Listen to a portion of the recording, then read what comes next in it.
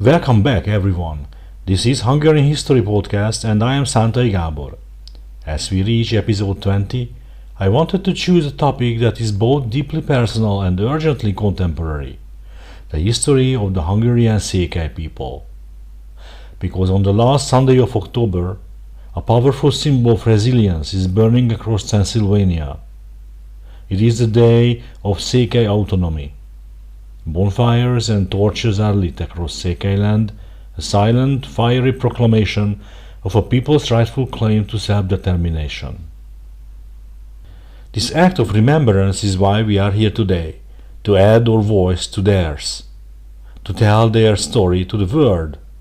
This is a story of a people with a mysterious origin, a fierce, independent spirit, and a centuries-long struggle to preserve their identity. It is the story of my wife's people. For this 20th episode, we are asking, who are the Székelys?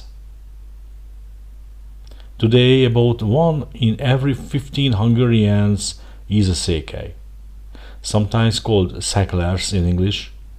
Their story spans centuries, but in some ways, it hasn't changed all that much.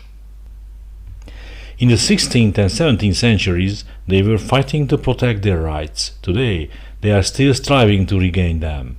Hopefully, in the 21st century a solution can be found, one that respects their identity and their place in modern Europe. Before we go further, a quick note on names. I will be using the traditional Hungarian name order, surname first, like Székely Mária, Kovács Péter, or Konnát Árpád. It is a small but meaningful way to honor their cultural tradition. So who are they? The Székely people are an ancient Hungarian community. Their heartland is Székelyföld, Székelyland, a region in Transylvania in modern-day Romania. Their history here is deep and their presence is significant. Think about this. About 1 million Székelys live in an area larger than the entire country of modern Kosovo. And their struggle for self-rule isn't just a medieval story. They even had a degree of autonomy during the socialist era between 1950 and 1968. But numbers and dates can feel distant. This story is deeply personal for me. My wife is a Székely. Her own family was deported from their own homeland in the 1930s. They were given one single hour to pack their lives into suitcases before being forced out. This isn't a rare tragedy. Almost every Hungarian family has a story like this. The Székely story is woven into the very fabric of what it means to be Hungarian. And sadly, that story, the story of displacement, is one that echoes through countless Hungarian families. The Székely diaspora stretches far beyond the borders of Transylvania. After being forced from their homes, many settled in other parts of the Kingdom of Hungary. To this day, a significant part of the population in the Hungarian counties of Tolna and Baranya are descended from Székelys, who were expelled from Bukovina, for example. And their story doesn't stop at the Hungarian border. You will also find their descendants in certain districts of Vajdaság or Vojvodina in Serbia. These communities are living reminders of a history of resilience and of a people scattered, yet still connected to their roots. Now the Székely issue is undoubtedly a sensitive one. It is a topic where silence and ignoring the problem has only ever made things worse. But there is hope, and it comes from dialogue. I am fortunate to have many Romanian friends who see this not as a zero-sum game. They believe, as I do, that the Székelys are not a threat to Romania, but rather a unique asset, much like the German Saxons have been for centuries. The Székelys enrich Romania's cultural tapestry, just as they profoundly contribute to the wider Hungarian nation. And that is the key difference between now and the 16th century context. Today, this isn't just a regional dispute, it is a European matter. There is a genuine hope that within the framework of the European Union, an union built on the idea of shared values and unity in diversity, a lasting and fair solution can finally be found. To understand their unique status, we have to go back to the very foundation of Hungary, to the Árpád dynasty. From this earliest period, we find their names etched into the land itself, in charters and old place names. But what really set them apart from other people was their society. They lived by a customary system so unique, so ancient, that even by the standards of the Middle Ages, it was considered archaic. They were a word within a word. And this wasn't just about culture, it was about military power. When the Hungarian king went to war, the Székelys didn't just blend into the army. They marched to the battle as a distinct, self-governing unit under their own banner, led by leaders they themselves had chosen. They were allies of the king, not just subjects.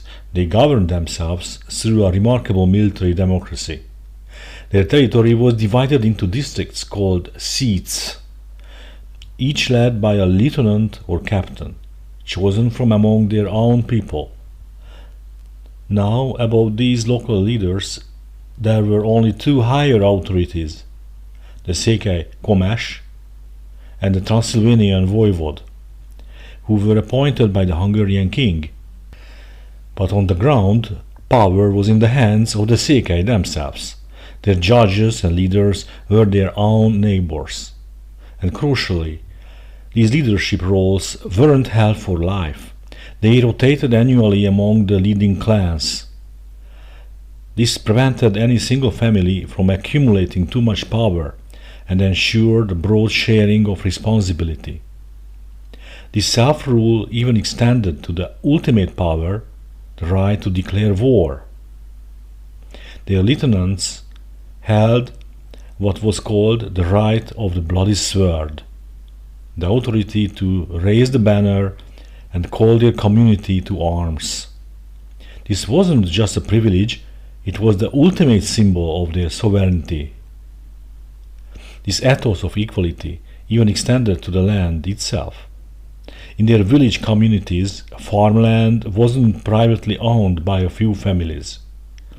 Instead, it was redistributed annually by a kind of lottery. These plots were known as arrow fields.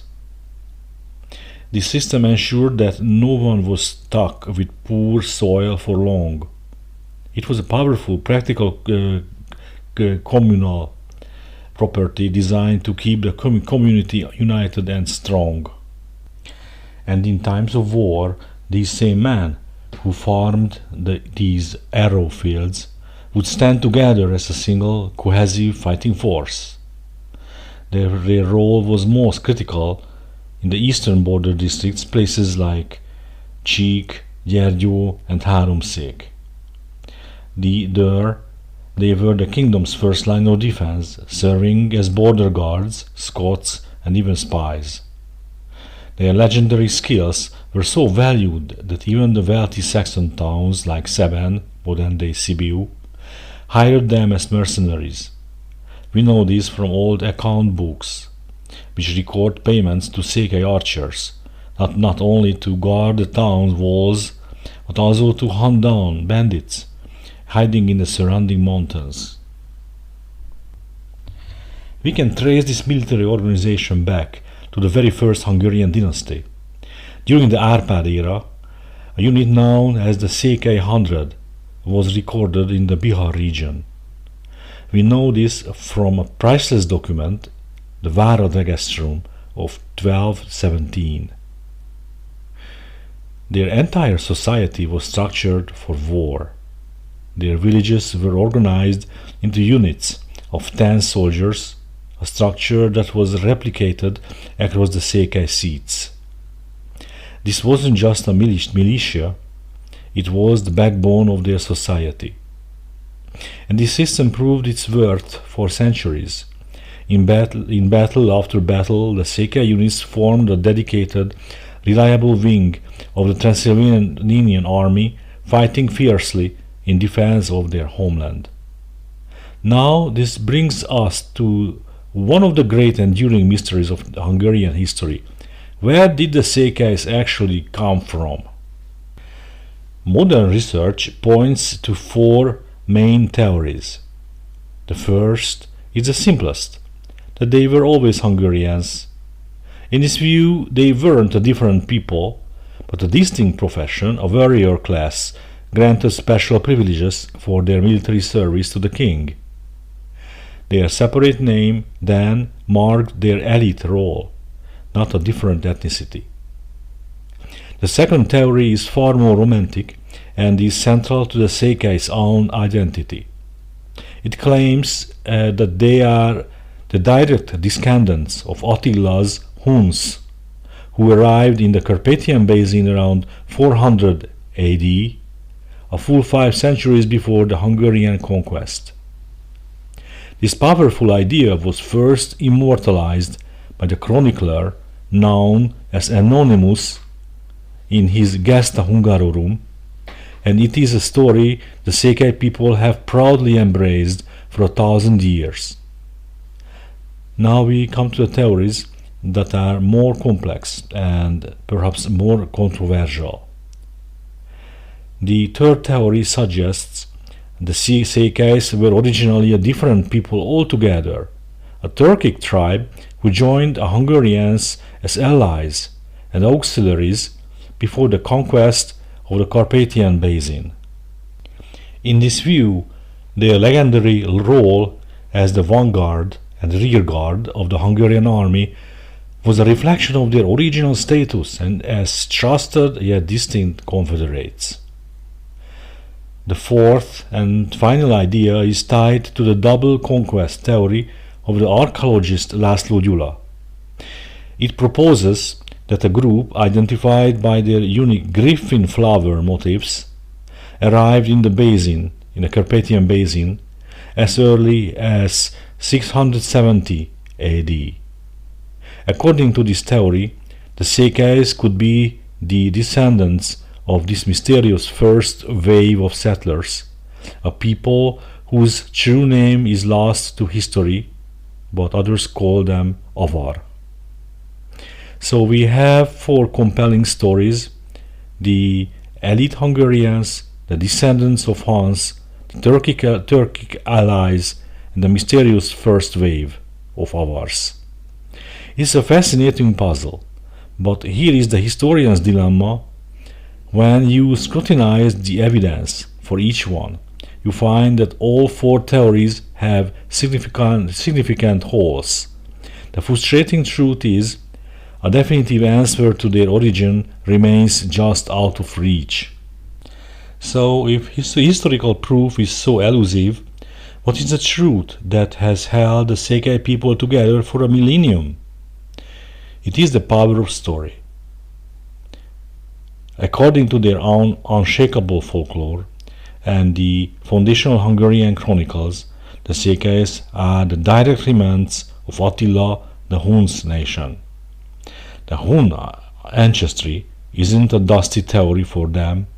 It is a core, unbroken part of their identity, guarded fiercely across the centuries. The story is etched into the national memory.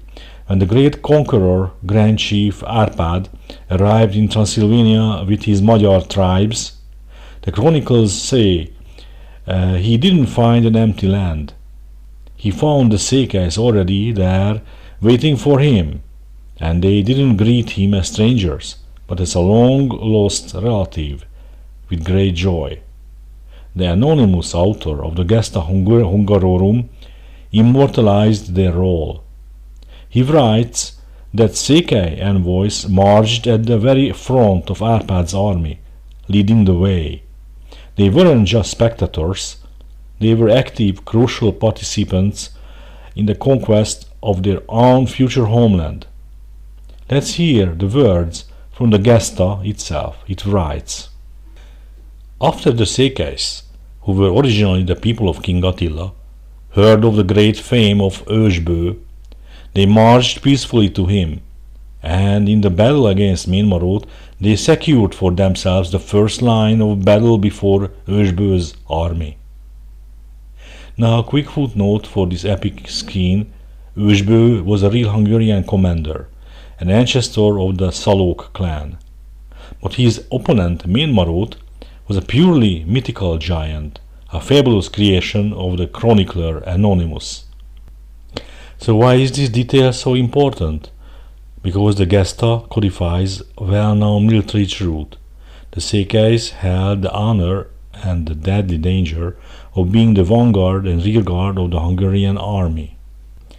Some historians see this not just as an honor, but as a typical role for an annexed people, to prove their loyalty by forming the front and rear shields of the army. We see a similar duty assigned to other steppe peoples who joined the Hungarians, like the Cumans and the Pechenegs. The Bohemian chronicler Kozmás of Prague confirms this, noting that in the 12th century battles against the Czechs and Bavarians, it was these allied warriors who formed the army's protective screen. The Székelys, it seems, held this vital and perilous position from the very beginning. This legendary connection to the Huns was kept alive through another powerful story, the tradition of Prince Csaba, a figure deeply venerated by the Székelys. The 13th century chronicler Simon of Kéza, Kézai Simon, tells the tale. After the death of Attila, he writes, Germanic leaders sowed discord among the Huns. A civil war broke out between Attila's sons Csaba and Aladár. Csaba lost the huge conflict known as the Battle of Kriemhilde. The defeated Prince Csaba retreated east, back towards Scythia, but not all of his army went with him. Kézai writes, and I am telling his vivid words. Of the Huns, 3,000 men remained. They had escaped the battle of Kriemhilde, and fearing the western nations, they hid themselves in the field of Csigle. There they waited until the time of Árpád, and they began to call themselves not Huns, but Székelys. Well, these 3,000 men were the legendary core of the Székely people. The chronicle says that when they heard the Hungarians were returning to Pannonia, they rushed to meet them at the border, joining Árpád's conquest. But they didn't settle on the plains. Instead, they took their share of the eastern border mountains. As for Prince Csaba, the story doesn't end with his retreat. He is the mythical protector who, according to Székely belief, collects the souls of dead warriors on the starry path, what we call the Milky Way. And in times of the Székely's greatest need, he will return to lead them once more and again. And so Prince Csaba ascended not into oblivion, but into the heavens themselves. This is an ancient, powerful image of kingship, a leader who goes beyond death. It's a myth that blends ancient steppist traditions with later Christian imagery of a final apocalyptic return. We have the figure of the dormant king elsewhere too. In wider Hungarian culture, you find it in the legends of King Szent László, who sleeps within his mountain, and of King Szent Stephen, who will rise when his country is in peril. Even the great King Matthias Corvinus, Mátyás király, is said not to have died, but to simply be waiting ready to return in Hungary's darkest time.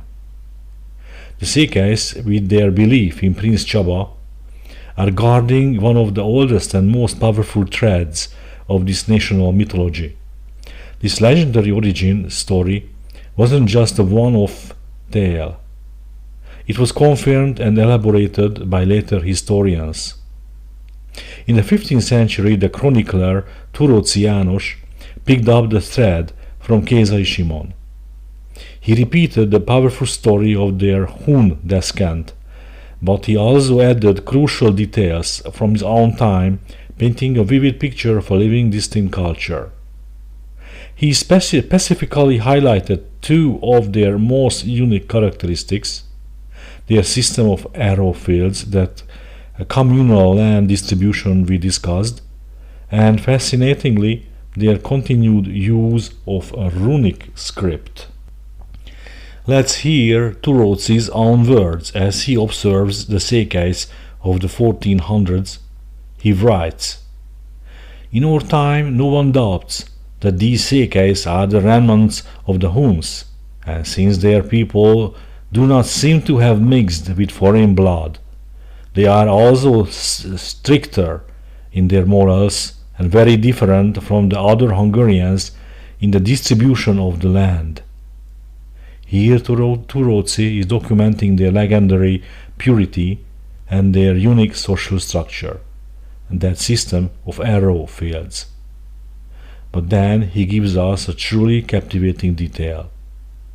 They have not forgotten the Scythian letters, and do not use them with ink and paper, but carve them on sticks in an artful manner of runic rhymes.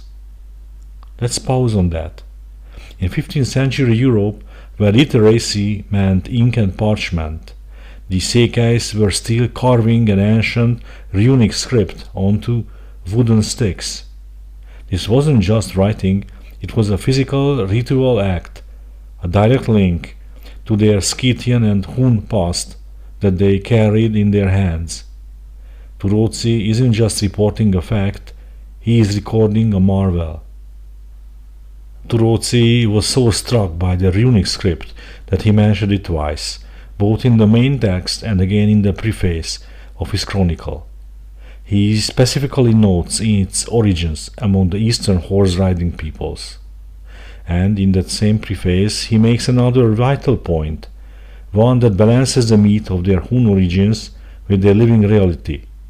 He confirms that the Székelys are unquestionably a part of the Hungarian nation. He writes, "For even in our time, a part of the same people who live in the Transylvanian parts of the kingdom carve certain characters in wood and use such carvings as letters." So for Turóczy, the Székelys were unmistakably Hungarian, yet they were the guardians of a unique and archaic heritage that set them apart, a heritage literally carved in wood for all to see. This unique character of the Székelys wasn't only recorded by Hungarian chroniclers. The Italian humanist, Latinist Antonio Bonfini, who served as court historian to the legendary King Matthias Corvinus, Mátyás király, also left us a fascinating account. In his work, Decades of Hungarian History, Bonfini didn't just repeat of old legends. He observed the Székelys of his own time with the eye of a Renaissance scholar. He was struck by their close, tight-knit communities, their quiet dignity, and their distinct way of life. But above all, what stood out to him and what still defines the Székely spirit today was their ferocious love of freedom. Bonfini identified this as the core principle that shaped their entire worldview, their attitudes, and their actions. Bonfini's description is so vivid, it is worth hearing his own words. He writes, "As can be seen in our time, the Huns moved to the distant borders of Dacia, what we now call Transylvania, and called themselves Székelys. They still do not marry foreigners, so as not to contaminate their own blood.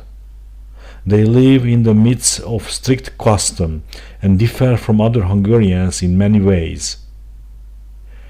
He notes their unique runic script carved on wood and describes them as bearded and tough-looking, a people who lived by farming and grazing.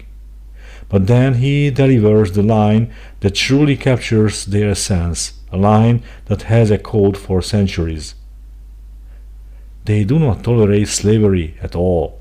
That is why they live in freedom until now and would rather die than pay taxes.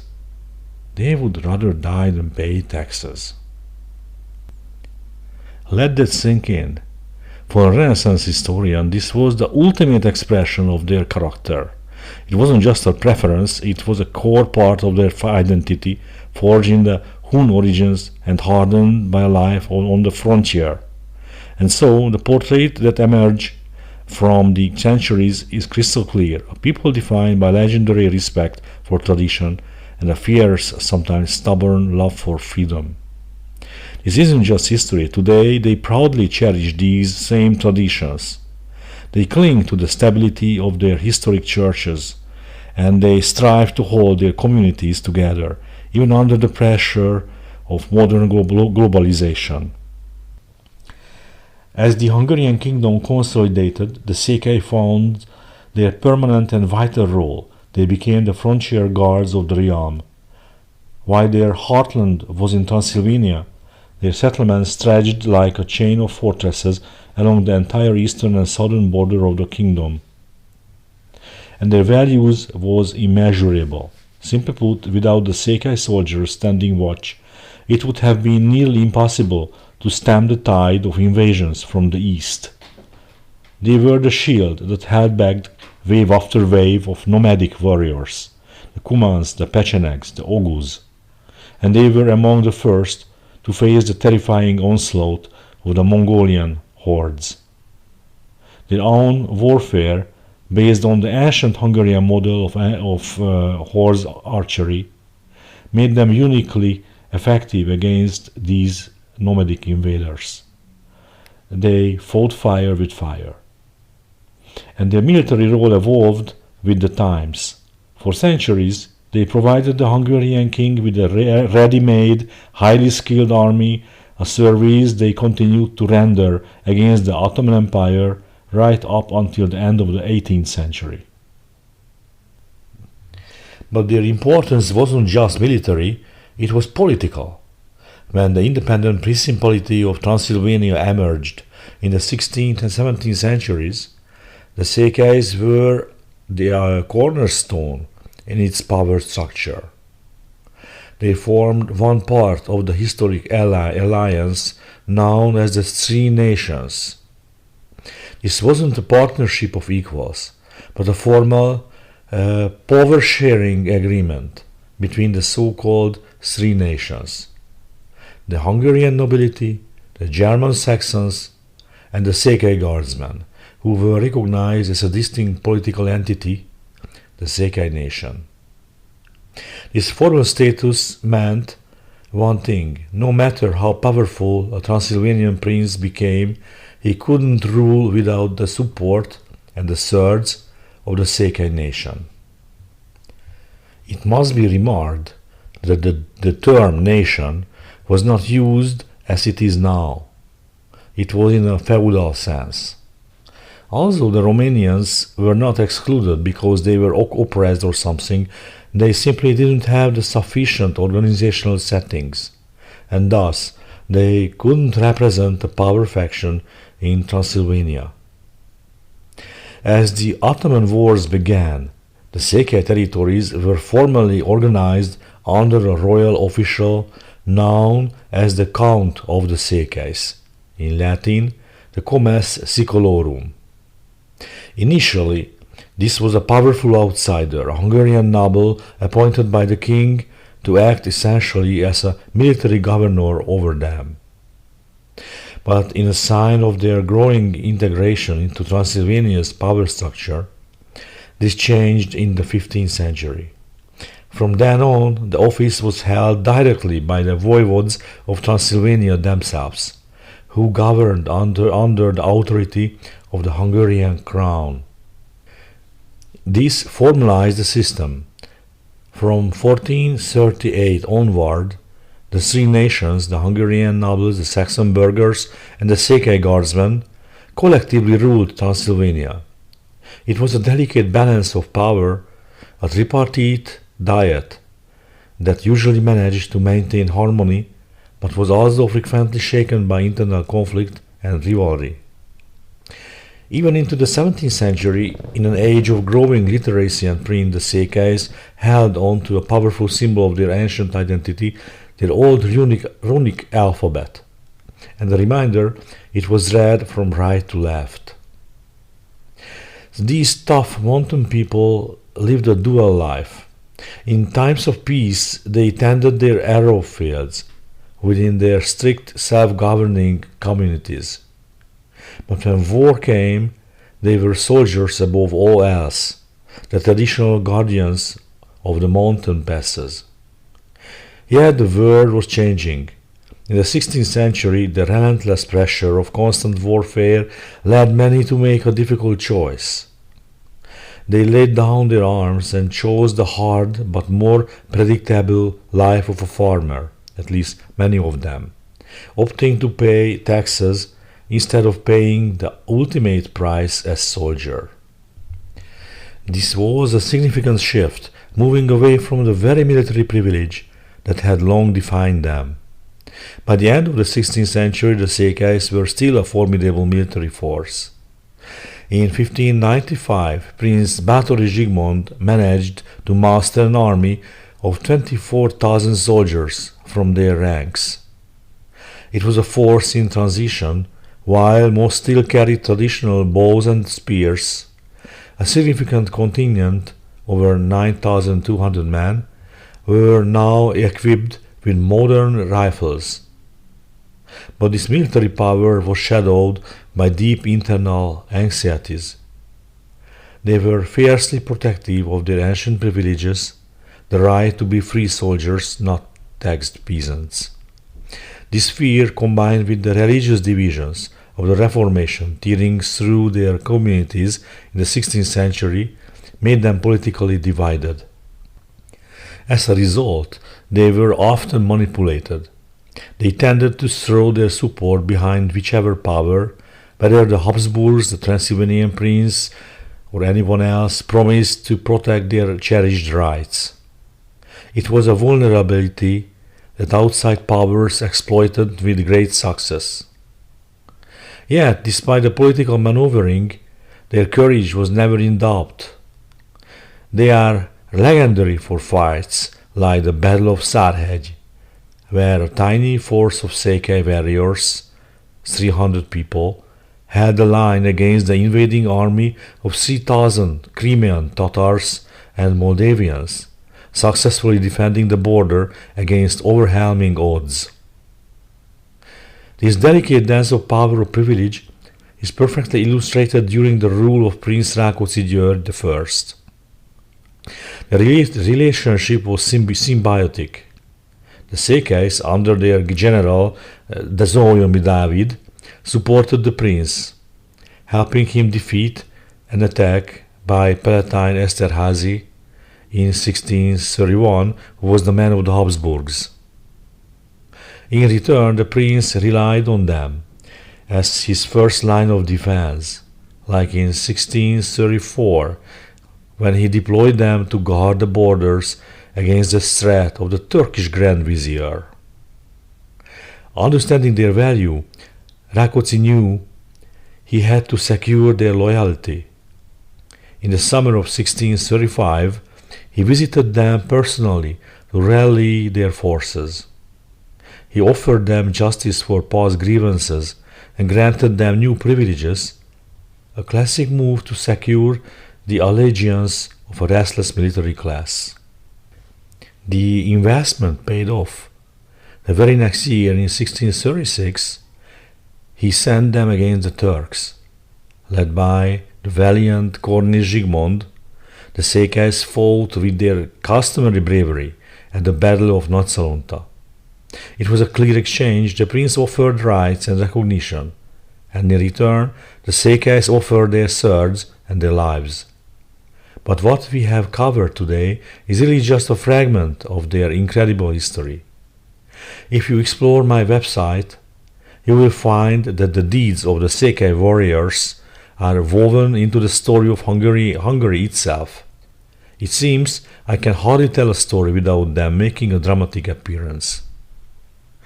And we can't talk about survival without mentioning the stunning fortified churches of Székelyland. These aren't just places of worship, they were communal fortresses, stone guardians, that allowed these communities to withstand countless raids by the Ottomans and the Crimean Tatars. They were built like the Saxon fortified churches, which are more numerous, but not superior in any way. If you want to see these magnificent structures for yourself, I invite you to visit my site. Go to the Castles in the Hungaries section in the menu and select Transylvania. There you can walk through these historical strongholds from afar and feel the weight of the history they represent. It is a fascinating thought. Today 1 million of Székelys, the easternmost Hungarians, live in Romania. In many ways they remind me of the Scots, on the opposite edge of Europe, a proud, distinct people with a fierce spirit, integrated into a larger state, yet tenaciously holding on to their unique identity. That very comparison between these two Celtic and Székely cultures is what sparked the idea for my historical novel. I began to imagine a hero born from both worlds, a Székely Scottish soldier in the 17th century.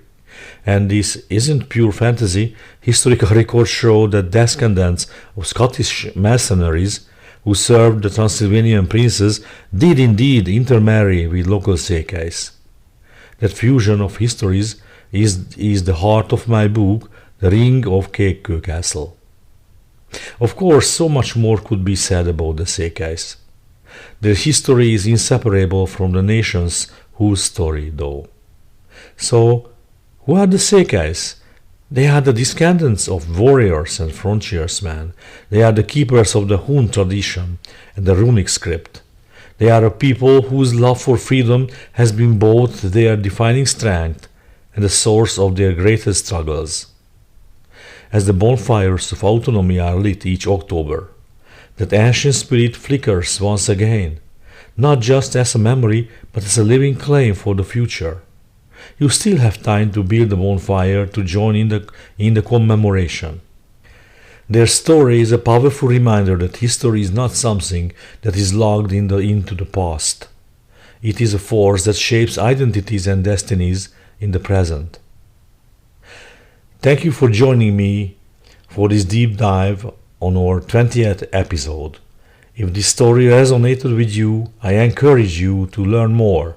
Visit my website, where you can find pictures of those stunning Székelyföld fortified churches, maps, and of course information on my historical novel, The Ring of Székely Castle, which was inspired by this incredible history. It was the Hungarian History Podcast with Szántai Gábor. Until next time, keep exploring the stories that shape our world. Goodbye, sziasztok, a viszonthallásra!